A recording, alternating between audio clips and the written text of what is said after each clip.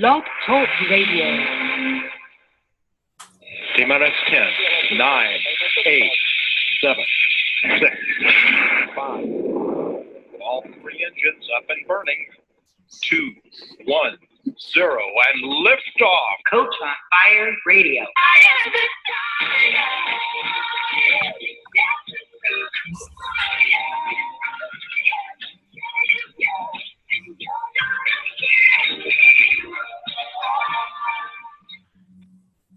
Welcome, everybody. Welcome to Ignite Your Luminescent Life, Intuitive Business Mastery and SaaS with me, your host, Dr. Elena Estanol.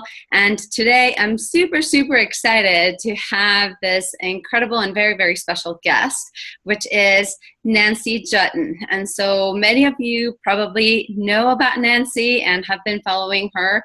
But if you don't, Nancy shows emerging speakers and coaches basically how to take their places in the bigger live and virtual stages so that they could get known and get paid for their brilliant work in the world.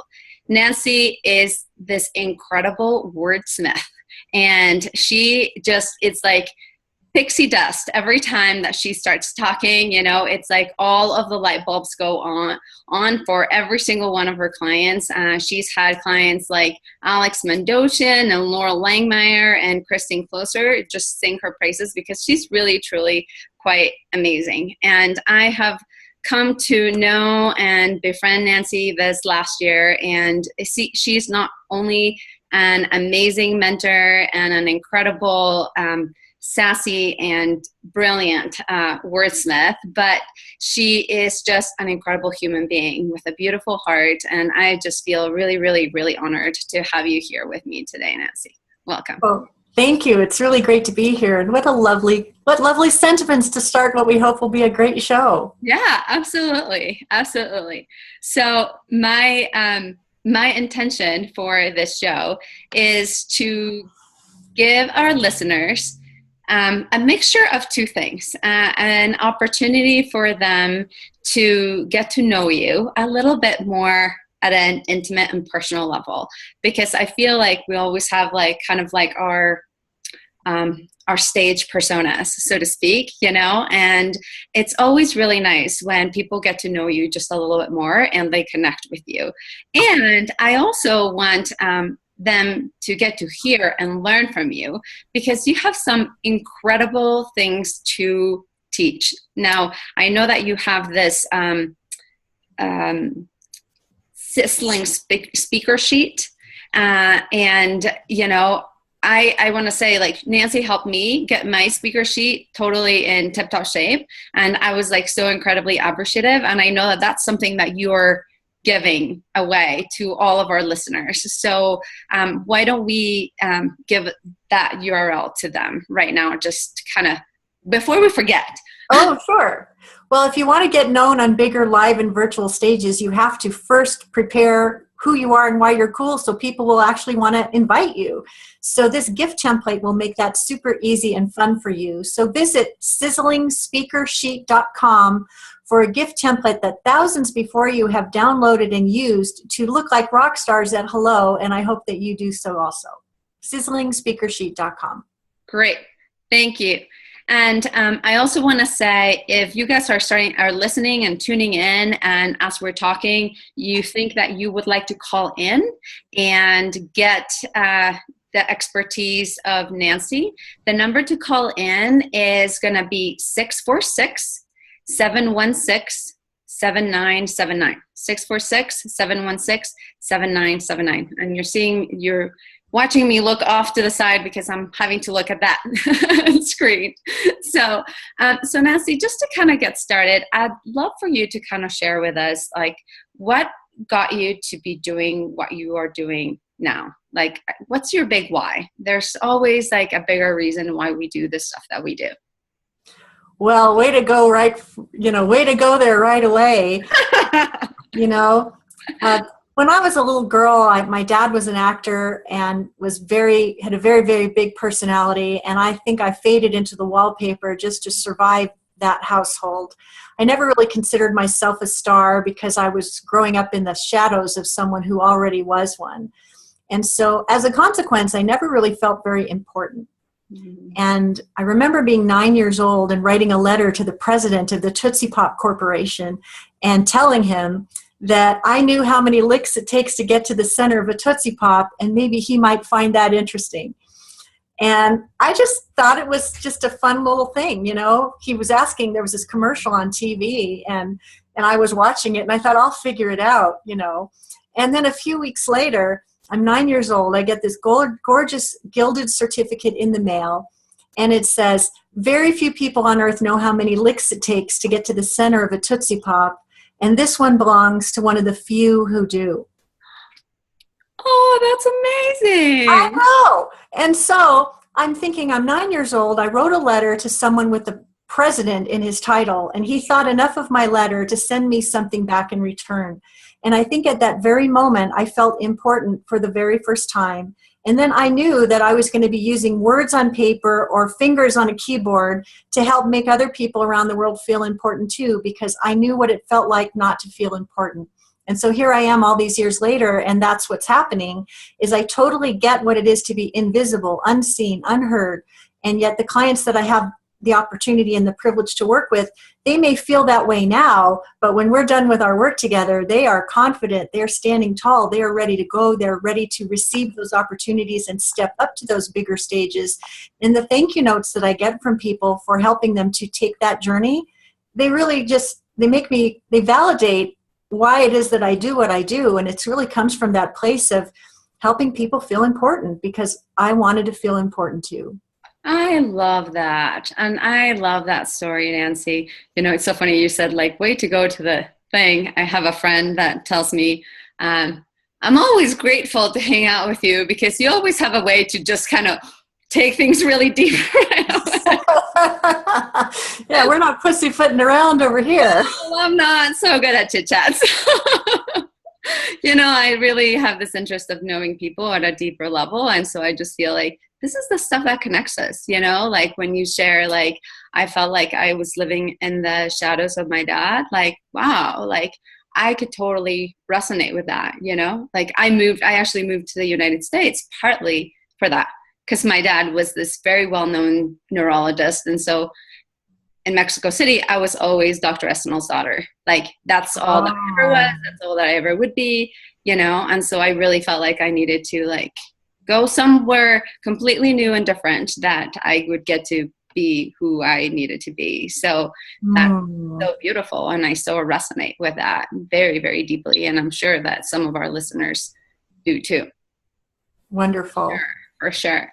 So now last year, I watched you do this little shift or transition or flip or however you want to call it, from the work is not necessarily super different, but you went from really helping people refine their marketing messages and, you know, telling their stories to really focusing a little bit more on speakers and helping speakers get to bigger stages and all of that. And so I'm kind of curious if you would be willing to share with us kind of what prompted that transition, what inspired that transition for you?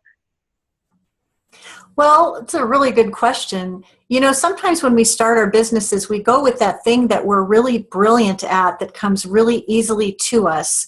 And helping people to describe who they are and why they're cool and why folks would want to hire them is something that came very naturally to me because I was a publicist in my former life, and I really know how to ask deep and probing questions to help people show up. Mm-hmm. And I built a pretty hefty business doing that. Mm-hmm. But I had a kind of a breakthrough moment at the same event where you and I were standing.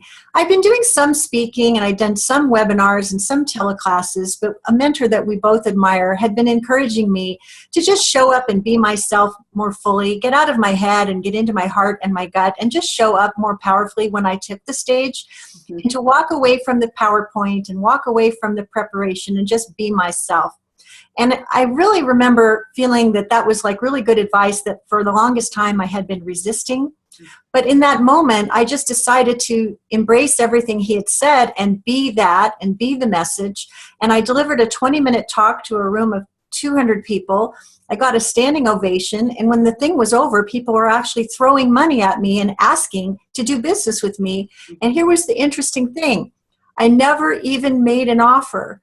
I just stood on the stage for 20 minutes. I told 3 powerful stories from my heart that were packed with teachable moments. And that was exactly what this audience wanted to hear. And by tuning into what I thought they wanted and delivering it, it was a great big victory for me, because I stepped into my confidence. I stepped into my own quirky way of showing up, and I was rewarded in every possible way. So that was my signal to just say, you know what, I better turn the page. There are a lot of aspiring speakers who want to step up to bigger stages, who need a guide to show them how. And in this last year alone, I took the live or virtual stage 43 times and really showed up quite a bit and got known and paid quite well for my winning ways. And if I can do it as a formerly reluctant speaker who used to hide behind her computer, I think I'm the guide to guide others who feel similarly that they can do it too.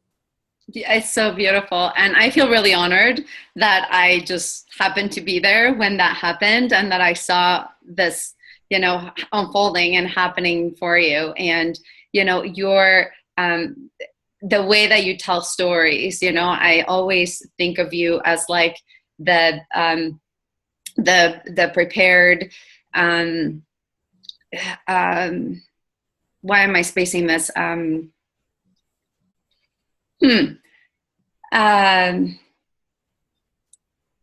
think at some point you said it, not today, but, and I was like, oh, that's exactly it. Like, Girl Scout, the prepared. Yeah, Girl Scout for preparedness. You know? If there was a merit badge for preparedness, I would win it.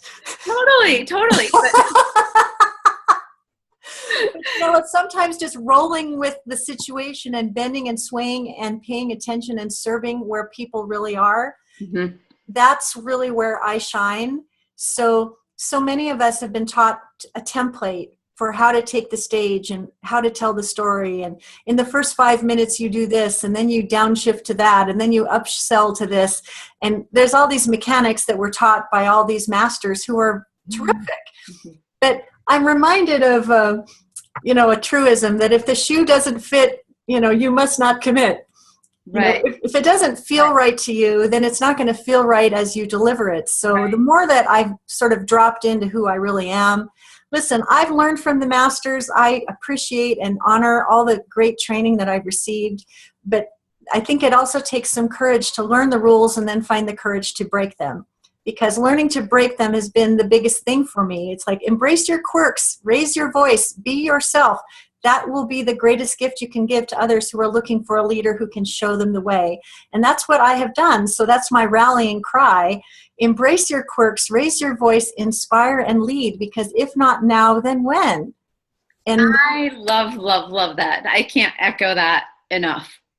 I feel like it's the world is for the rebels and the troublemakers, and for a long time I felt like I was a rebel and troublemaker, and, I wasn't doing it right. And so then I kind of got caught into that trap of perfectionism, of trying to make it all good and all perfect. And, which I'm sure that you're familiar with, Yeah. Perfectionism is really exhausting. Oh my God. Perfectionism is really exhausting. And I've also learned that the more real we can make it, the more we can really connect with the people we're here to serve. And that also takes some courage, because there's always someone along the success path that's achieved even more brilliant success than you have. And you have to respect that, but you don't have to copy that. And that's, I think, a big aha. Totally. I love that. So I just want to highlight a couple of the things that you're saying for our listeners, because I think that they're like really, really important nuggets. And, one of the first things that you said is like, really embrace who you are and, just be the message, right? Like, be who you are, embrace who you are, show up real, recognize that imperfection is part of life. I always say, like, I'm the perfect model of imperfection. So I'm just going to show it. You know what I mean? And then have the courage, both you said two things that were really, really important. Have the courage to, and the dedication to be willing to learn, you didn't say this, but I think it was embedded in between. Like, be willing to learn, be willing to learn the rules, and then be willing to break them. Once you understood what the rules were, understand how they fit or don't fit for you, and then break them, which I think that that's super, super important. Amen, sister. So along these lines of you kind of really beginning to embrace and like who you are, and I think about a little bit like peeling the layers, you know, like I have this belief, like, we're born like absolutely shiny and perfect, and then like we get splashed with all the dirt and grime and core beliefs and teachings, and then all of a sudden we have like all of these layers of shit, really. You know? And then we spend basically the rest of our lives like trying to peel away all of those layers to come back to being who we truly are.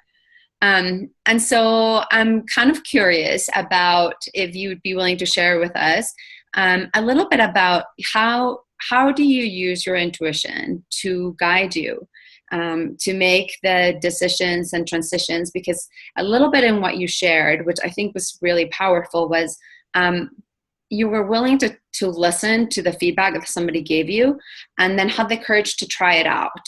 And then it was sort of reading from what you were getting in response. Like, you were kind of reading the signs from people and what was showing up for you that was kind of showing you the path of like, I think it's time for me to transition here.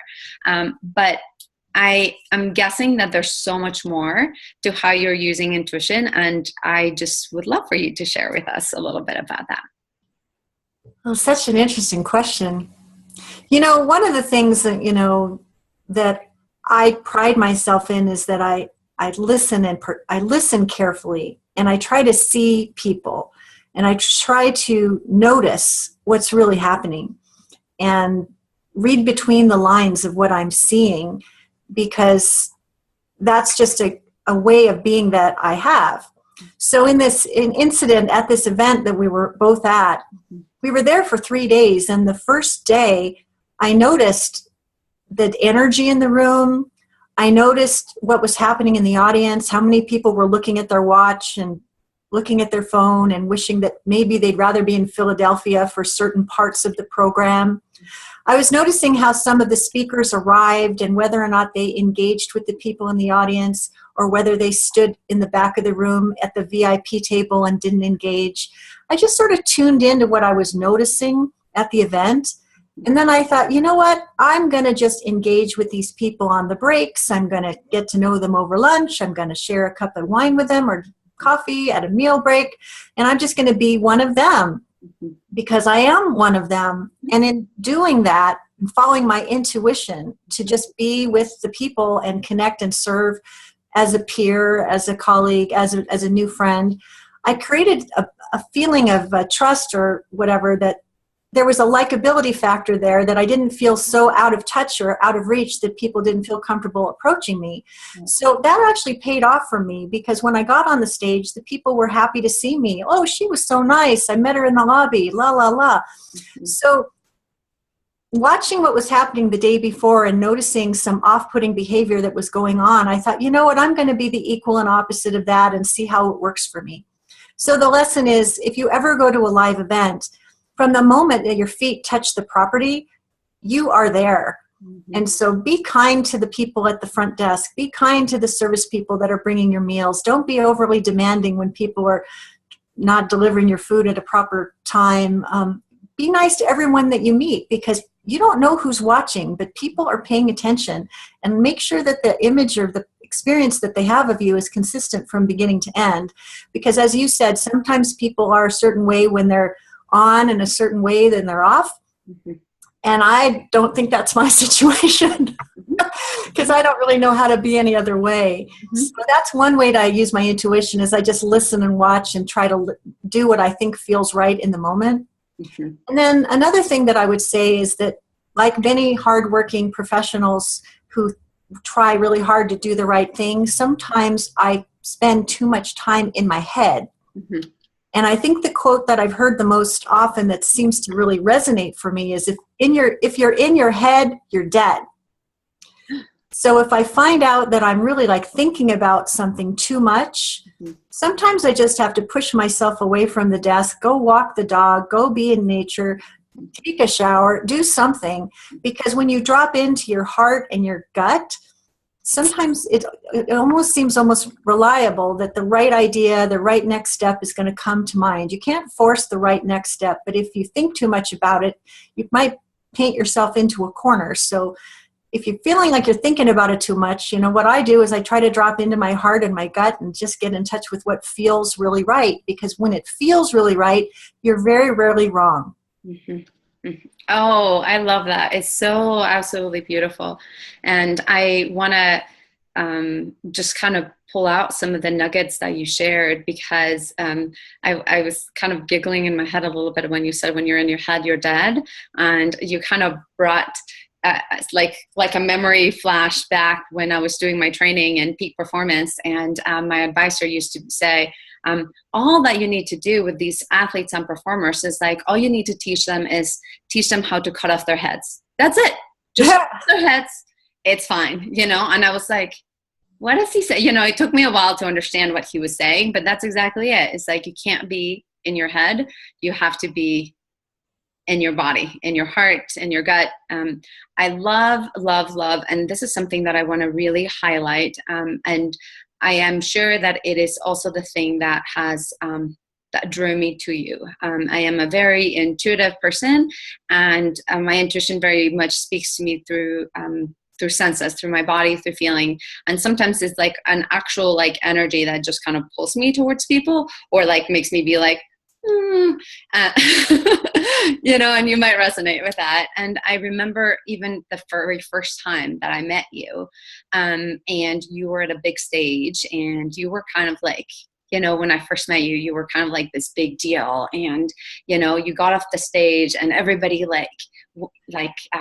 bunched around you, and they were all following you. And I knew that I wanted to connect with you, but it was like, it just feel like it just didn't work, and so, but what really struck me about you when we connected was just how approachable and how down to earth you were. Like, it wasn't like, oh, like I'm over here, and like what you just said, like I am just one of them. And I think that this is something that you have modeled so beautifully, and I think it's one of the biggest pieces that I aspire to, that I teach leaders, in terms of like, for me, like to lead is to serve. And when you get to be in a position of privilege, when you're able to use it appropriately to uplift others and to create a greater impact and a greater connection, you're incredibly powerful. If you just use it to stroke your own ego, then it like flattens out. And so that's something that I have seen you do time and time again in just such a beautiful way. And so I just want to highlight that, Thank you. That really means a lot to me. Yeah. Growing up in a household of an actor, and growing up in the shadow of Hollywood, I was around a lot of people who were incredibly famous. Mm-hmm. And I think that informed a lot for me. Mm-hmm. Fame is fleeting, but who you are day in and day out, that's pretty enduring. Uh-huh. So, maybe my star is shining a little brighter today than it was 12 months ago. And maybe 12 months from now, my star will be shining differently, but I'll still be the same. Yeah. And I remember Oprah Winfrey, who I incredibly admire. She's an incredibly successful person who's taught the world how to live their best life unconditionally. And she said once, I still, the only difference between me now and me then is I just have better shoes. And I thought, that's awesome. Uh-huh. So better shoes. Okay. Totally. And I love that. And I feel like, so I have this very strong belief that leadership is the thing that you do when no one's watching. Nice. I like that. And so I think that you're a living example of that. So you haven't said this, but you have this code this code of standards about like who you want to be, how you want to show up, that it's not exclusive to your business. This is about you. It's a code of being, a code of living, and that you are then just infusing to everything that you do, which is why it's showing up in such a consistent way. It's so nice. Well, you know, I think someone told me once that life begins at 40, you know, and the further along the chronology you get, you know, if you're 50 and over or whatever, the leopards know their spots by this age. And then our cue is to put ourselves in the best light so we can just be our best. And at this age, we should probably know who we are and what's our best event, and we can manage our decision-making appropriately so we can, you know, do the right thing and avoid the things that we are not so great at. Totally. Well, I mean, and I wanted to highlight that because I think, you know, a lot of times we get enamored, all of us get kind of distracted by like the shiny object and the new tactic. And, you know, we're like, oh, we need to go do this and we need to go do that, you know. And I think that sometimes we forget that true success actually starts with us, with like really building who we are and how we're showing up. And then everything else follows as a consequence of that. And certainly having the right wording to tie it all together makes a huge difference. But having that really clear, I think, makes a huge difference. Amen. I couldn't agree more. You know, just yesterday I was talking to one of my clients, an amazing woman. She's an Emmy-winning documentary winner. Uh-huh. She was a first responder. She was a paramedic.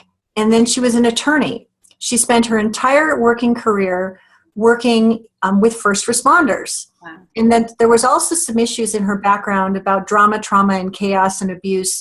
And somehow she felt called to work with women who had served and dealt with their own servings of trauma, and chaos and abuse. So one of the things she was dealing with when she was working with me is naming and claiming a specific audience that she wanted to speak to so that she could be her brilliant self on stage. So she started with the women that she felt called to serve in this very powerful way. And she was having some success, but she was tuning into what was really the light in her life, the luminescent light. Mm-hmm. And she was helped by a variety of people to realize that the industry that she came from was the industry where she could have the greatest potential to serve. So she turned and pivoted from serving women who were dealing with trauma, and chaos and abuse, mm-hmm. to serving women leaders, aspiring women leaders in the police department and the fire department who want to get that promotion and stand in their feminine power and still lead as their best. And because she was drawing from her background as a first responder and her whole work history in law enforcement and whatever, all of a sudden she's getting these 4-figure speaking gigs and having universities reach out to her and have her come and be on their stage to talk about this, to guide young women to step into their feminine power and stand up and share and be who they want to be. So it's really cool when you tune into what your distinct gifts are and you realize that there is a very specific audience that wants to hear from you. And even though it may seem difficult to narrow down who you're supposed to talk to, it's the most important thing that you can do. Mm-hmm. Whether you're seeking a new client or a speaking gig, who really is that person that would be the perfect person to benefit from what you have to share? By her pivoting from women in that drama, trauma, chaos, and abuse scenario to law enforcement and firefighting, all of a sudden she's cooking with gas. Mm-hmm. Yeah. She's on fire. And I'm so glad that you're sharing this because I think that that's one of the things that you do beautifully. Well, thank you. And it comes, I think, from that deep listening of kind of listening through all the lines and then being able to put things together, and it's so beautifully. So we're kind of around the halfway mark here, and so I want to say, if those of you that are calling decide that you want to call in, I'm going to give you the number again. It's 716-7979. If you guys are interested in getting the video replay of this, where you actually get to see us and see our faces, you can sign up for that at intuitivebusinessmastery.com/radio. And if you missed sort of Nancy's awesome gift about how you can get that sizzling speaker sheet, it's actually sizzlingspeakersheet.com where you can get it. So I would love to transition, Nancy, for you to kind of start sharing with us some of like the tips that you have about, how is it that we can start getting booked up on stages, and, how can we get those speaker sheets to be the top of the line. I think that publicists get probably a whole bunch of requests and that kind of thing. And so I know that you have all kinds of magic to share with us. So I guess I'd like to transition for us. Okay. Well, okay. So I'm going to just assume for a moment that there are people listening today that are aspiring speakers who have not yet stepped up to that big stage. So if that is the case, that's a good assumption, right? If that is the case, one of the most important things you can do is decide what is going to be your sassy topic, and what are the 3 compelling audience takeaway lessons that you plan to teach when you get the opportunity to take that stage. And when you have a topic and 3 sassy takeaway points, and you even have a book you've authored or a free ebook that you've created that can go home with every member of the audience so that your presentation can live on forever in the hearts and minds of your audience, you're on the right track. Then it would be really great if you had at least a few comments from people who had heard you speak that said, she changed the energy of the room in a second and transformed the whole room, we laughed and cried. We couldn't put her down. Couldn't wait to have her back. Whatever. 3 awesome comments from people who've heard you speak. And then I want you to be able to say how people can book you. Because so often people say, here's my email, here's my phone number. Like, what about book Morgana Ray today? How can they get in touch with you? So why is it important to do these things? The biggest mistake people make when they get a phone call, they'll say, we're looking for a speaker. Are you a professional speaker? Sure, I'm a professional speaker. What do you talk about? Maybe you'll say, well, I speak about a variety of things in a variety of ways. What's the theme of your conference? Like, the meeting planner doesn't have a lot of time to sift through a lot of people that don't know what they're talking about. So what I really would encourage you to do is have one topic that you love to share, that's your signature topic that you get invited to give again and again, amen. And make sure it's sassy so people want to put you on their stage. One of my clients, Mark Victor Howley, he has a talk that he gives. I'm just turning a page so I get it right. That's totally fine. He has a talk, and his title is, when he's asked what he does, he says, I'm a motivational speaker who inspires young professionals to succeed in the first 2 years of their career, even if the job they have isn't a perfect fit. That's awesome. And you know what? He takes a page from the Silver Lining Career Playbook to jumpstart these young people to thinking that even though they have that job that's not perfect, they're not being paid as well as they want, they feel underemployed, and they have a bad attitude, and they're job hopping for the first 5 essential years of their career, never getting any traction. His message is, cut that out and find the pearls where you are. And is it any surprise that he's being invited to keynote at commencement addresses at college campuses and fraternities and sororities? Because he doesn't say, I speak about a variety of things in a variety of ways. Right. He says, I'm a motivational speaker who inspires young professionals to succeed in the first 2 years of their career, even if the job they have isn't a perfect fit.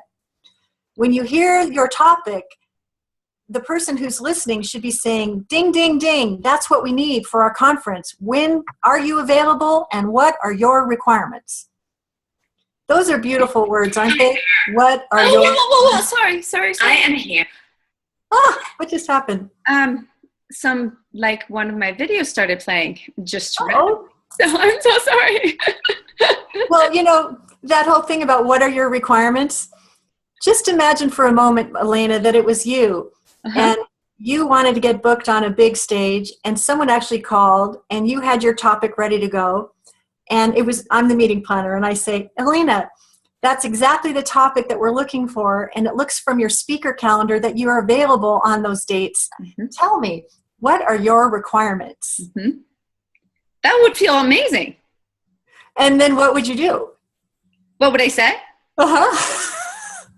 Well, I mean, I would say, well, I would like to, I need to have my flight and my hotel paid for. I need to, have a screen. So I guess before I finish this, I wanted to say you and Tiamo, actually, both of you combined have reinforced enough for me to really combine both my dancing with my speaking. And so now I'm actually, like, I have the speech because I've given it, which is, flying high, ways to amplify your performance on your life.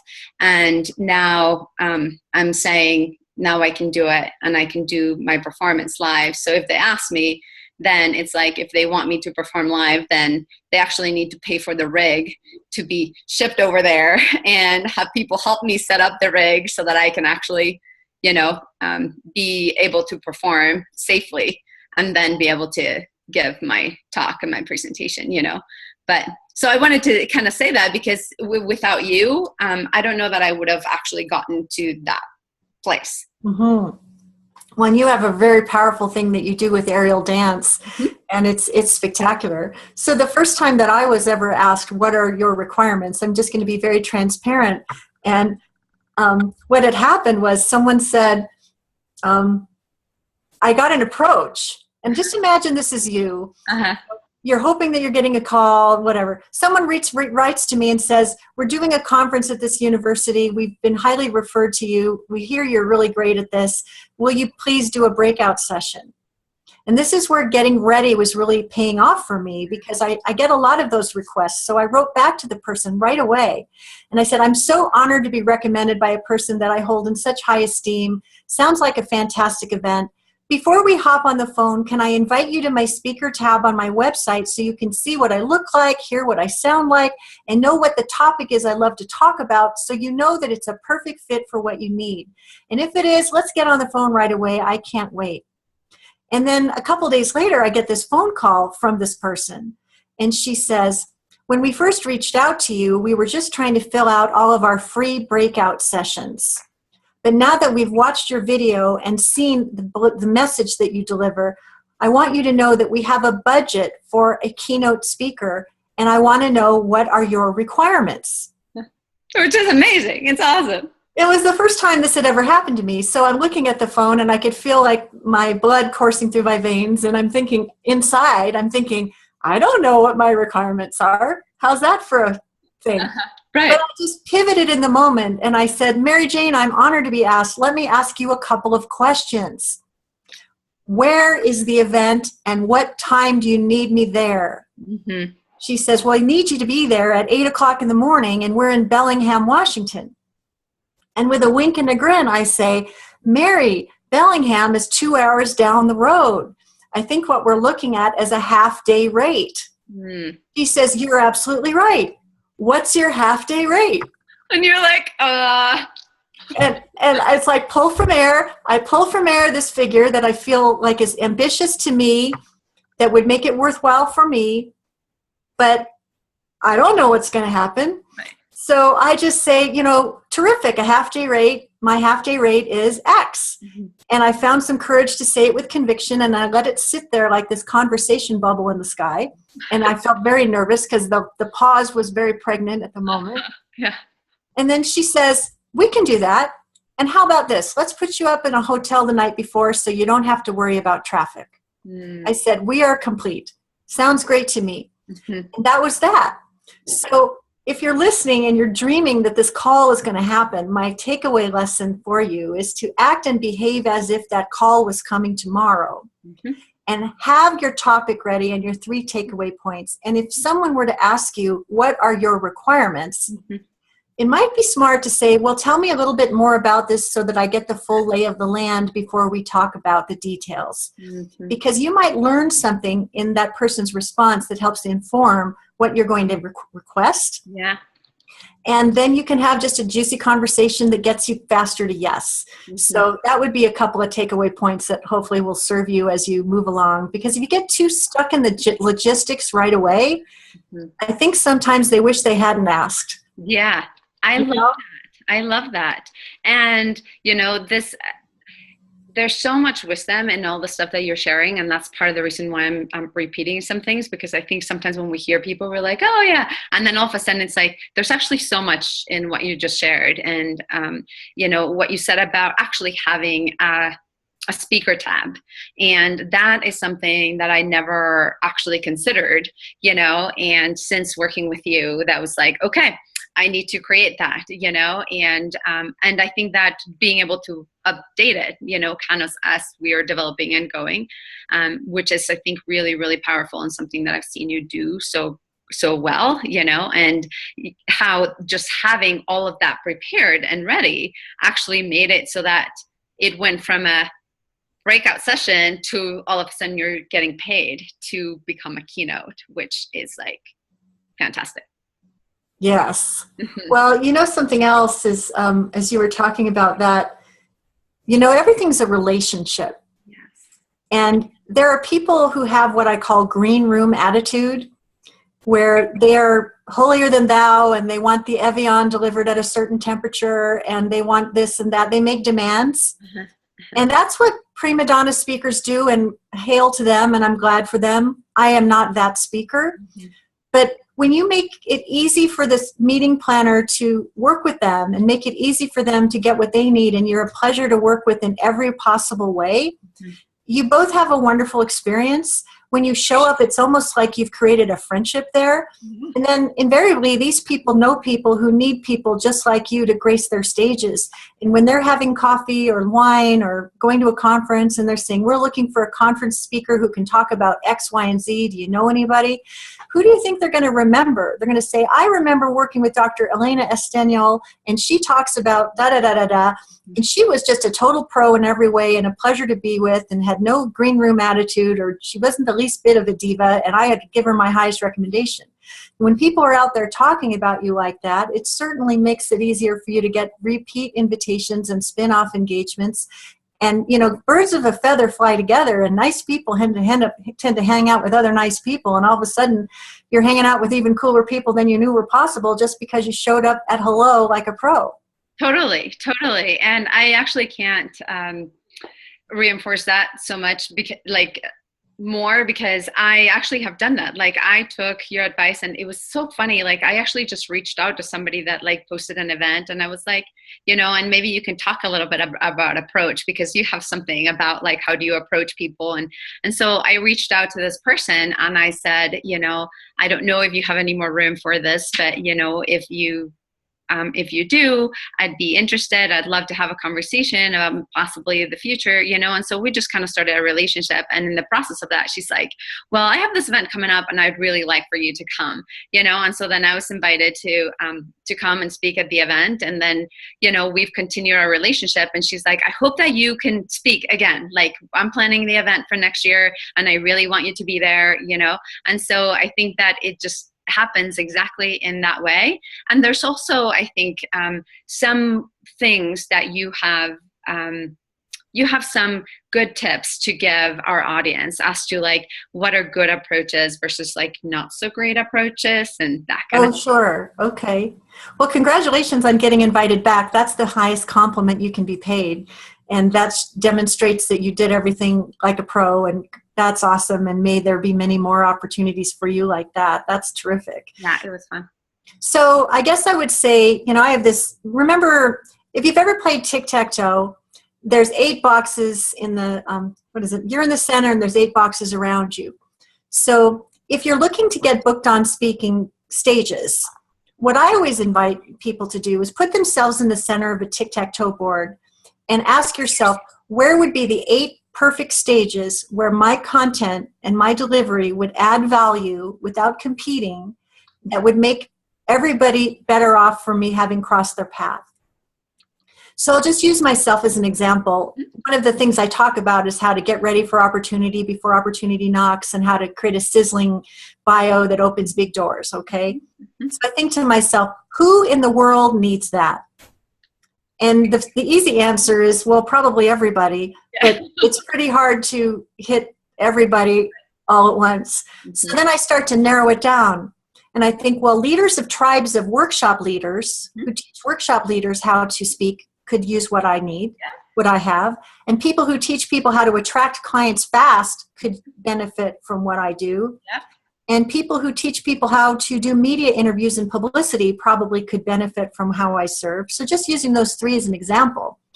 I aim high and think to myself, who are the three biggest, most famous, most admirable leaders of tribes who help people with that, and what are their names? And I put their names in the Hollywood squares, my Hollywood squares.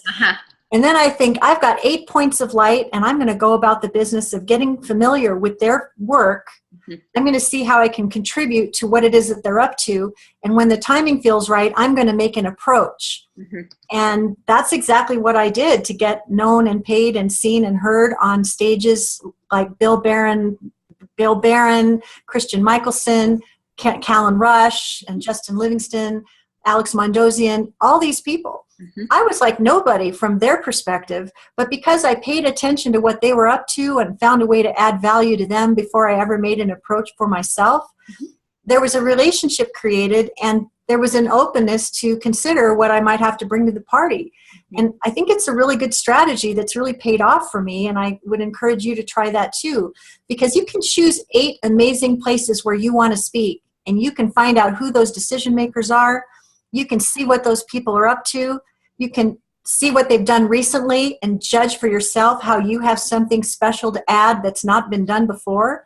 And what do you know? There you have a hook and an entry to say, I have an idea that I think could add value without competing, that would fill in a skill set that some of your people might really struggle with. Would you be open to having me deliver a talk on that at your next event? Wow, what a great idea. And see where it goes. That's what I've done, step by step, person by person. See them first, find a way to insert myself into it so that there's a triple win. I think a big mistake people make is when they think about themselves all the time. Me is repelling.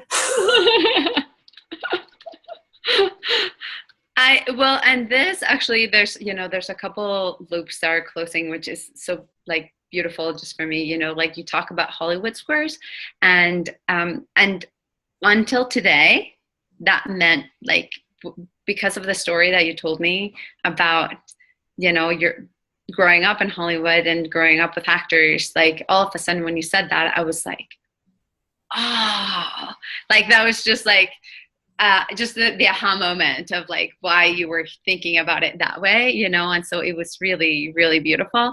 And the other piece is that, this idea of a triple win, this idea of contribution first. I always think of people as like either drainers or contributors. Oh, I like that. And so, always aspiring to be a contributor rather than a drainer, and so when it's your chance, when it's your time to then ask, then people are going to be more willing to come and support you. But this is also coming from your philosophy of like, overall, this is who I am. This is how I show up. Well, I learned this from Sandra Yancey, who's the founder of the eWomen Network, which is the largest women's business networking organization in North America. She has this philosophy, lift as you climb, lift as you climb. And I think if you look back on your own life, there's probably someone who reached their hand down to give you a lift up when you needed it. It wasn't a handout, it was a lift up. And I think that along my path, there have been so many people, when I was first starting out, like, I'll just give you an example. I'm just watching the time because I know it's a short program. But I was a do-it-yourself publicity expert, and I wanted my star to rise very quickly, and I was a little bit flummoxed about how to make it happen. And I was on a newsletter list for Susan Harrow, the PR secrets maven. And I just thought she was the amazing. And I was a follower of her work. I read her newsletter. I considered her a mentor. And I got this e-zine, and it said, we're going to be doing the largest do-it-yourself publicity info product sale. And I've got the biggest names in the industry with the best possible content that have all agreed to be part of it. Stay tuned. I can't wait to make this available to you at a price that's going to be accessible to persons across Main Street, USA. Wow. And I saw this come across my inbox, and I thought, oh my gosh, I would so love to be a part of that. And so you know what I did? I wrote to her and I said, I love what you're up to. I've been following your work for quite some time. Would it add value for me to promote this to my community? Because I know people in my community are interested in this, and I would be happy to support you. Mm-hmm.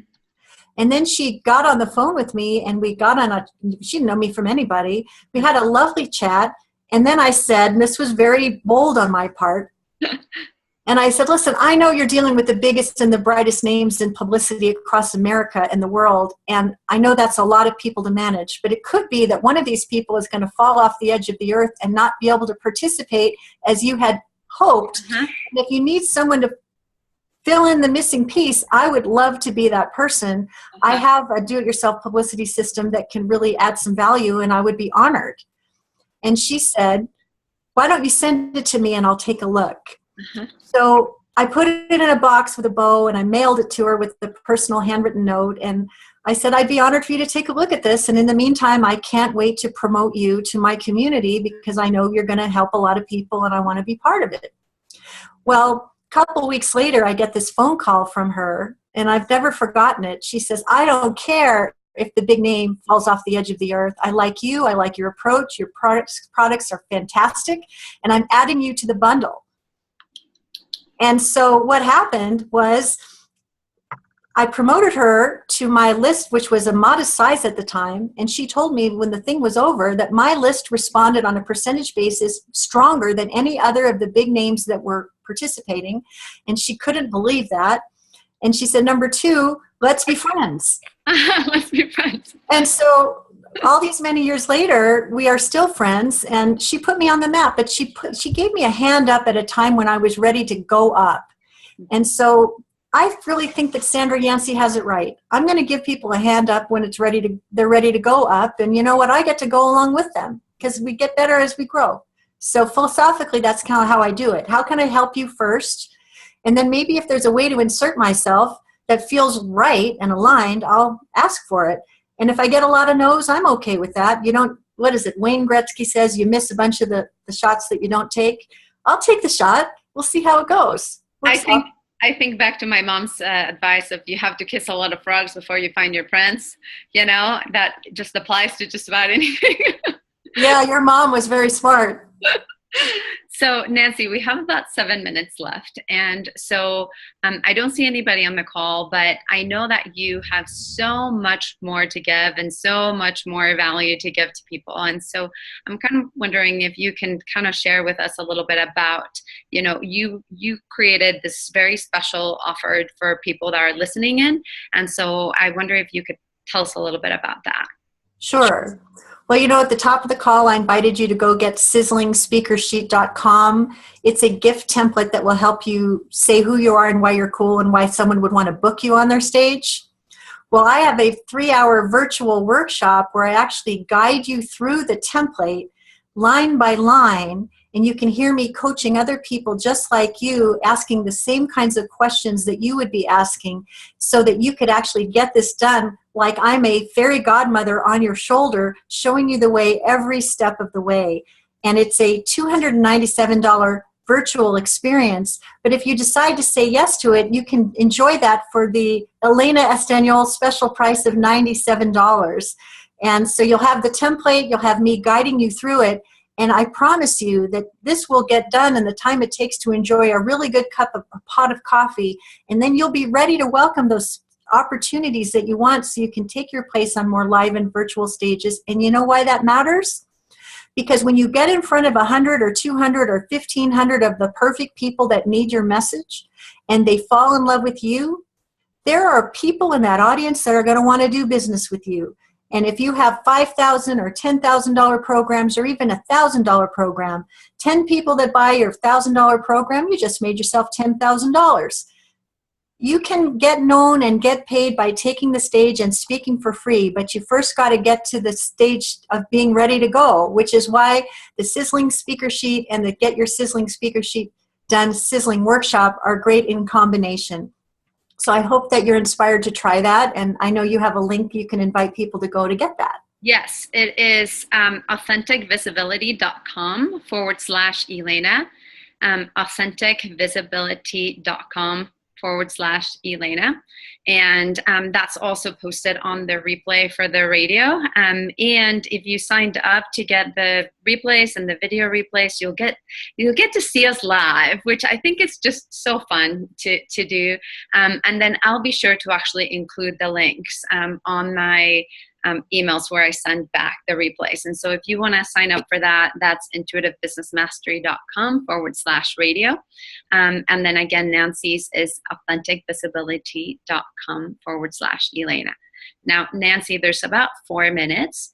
And I know that I asked you lots of questions, and you and I can probably talk forever and ever. So are there any last minute thoughts or words of advice or inspiration that you want to leave our listeners with? And maybe while you're thinking about this for a second, I just want to say, if you didn't get the sense that Nancy is incredibly generous and will go the extra mile for you, I just want to make it super, super obvious that, if you go to authenticvisibility.com/Elena and get this training, you will get so much value from that. And, if you choose to work with Nancy in any other capacity, it's amazing. So I just need to say that. Oh, thank you. Well, here's a couple practical, tactical things. If you're watching the video, you'll probably notice that Elena is looking gorgeous in front of a beautiful piece of art, and I'm looking the very best that I can in an uncluttered office environment where you can see that it's actually a very pleasant place where I hang out. If you're going to be doing video interviews or using Facebook Live or using any of these new technologies like Be Live TV, take a look and see what your audience gets to see, and make sure you're portraying an image that reflects your brand and your reputation. Because sometimes when I see people on interviews, I look at the background and it looks like a total disaster. And I think that doesn't really reflect well on the person who's actually doing the talking. So make sure that the words and the music match, and make sure your background is reflective of who you are. What you'll probably see here is a stuffed dog wearing sunglasses that look like dollar signs, and a nice piece of art. I run a little hobby pet sitting business on the side. Puppies are really a big joy for me. So it's very uncluttered, but hopefully that's a practical, tactical tip. Because when you're presenting on video and you're not live, people only can get to see what they get to see. So make sure you like what you're showing them. I love that. I love that. I love And what else would I say? Set your intention about where you want to speak. Mm-hmm. Make your list and go after it. Go after it. And you know what? If you reach out to those people and say something like, choosing a speaker is an awesome responsibility. You want someone who's going to edutain, inspire, and make everyone in the audience better. I noticed that the last conference you had an expert on intuitive business mastery, and I know that your audience is already interested in that, and that's why I'm happy to share with you that that's my expertise, but it's got a twist. Mm-hmm. I also am an aerial dancer, and that makes this an unforgettable presentation. I can't wait to chat with you about how I could add value for your next conference. Won't you please wait for my call? Mm-hmm. Love that. Make some of those pitches and then follow up, and there you have it. You just might get yourself booked. Sounds great. Sounds great. Thank you so much, Nancy. It was such a delight and such a pleasure to have you. I can't tell you how honored I feel that I got to have you. And I am just really delighted for the opportunity to connect with you so much more, and so much value that you provided to people. So, please go visit authenticvisibility.com/Elena. And we are closing off. Defy the ordinary, become extraordinary. Both wishing you love, light, and brilliant success.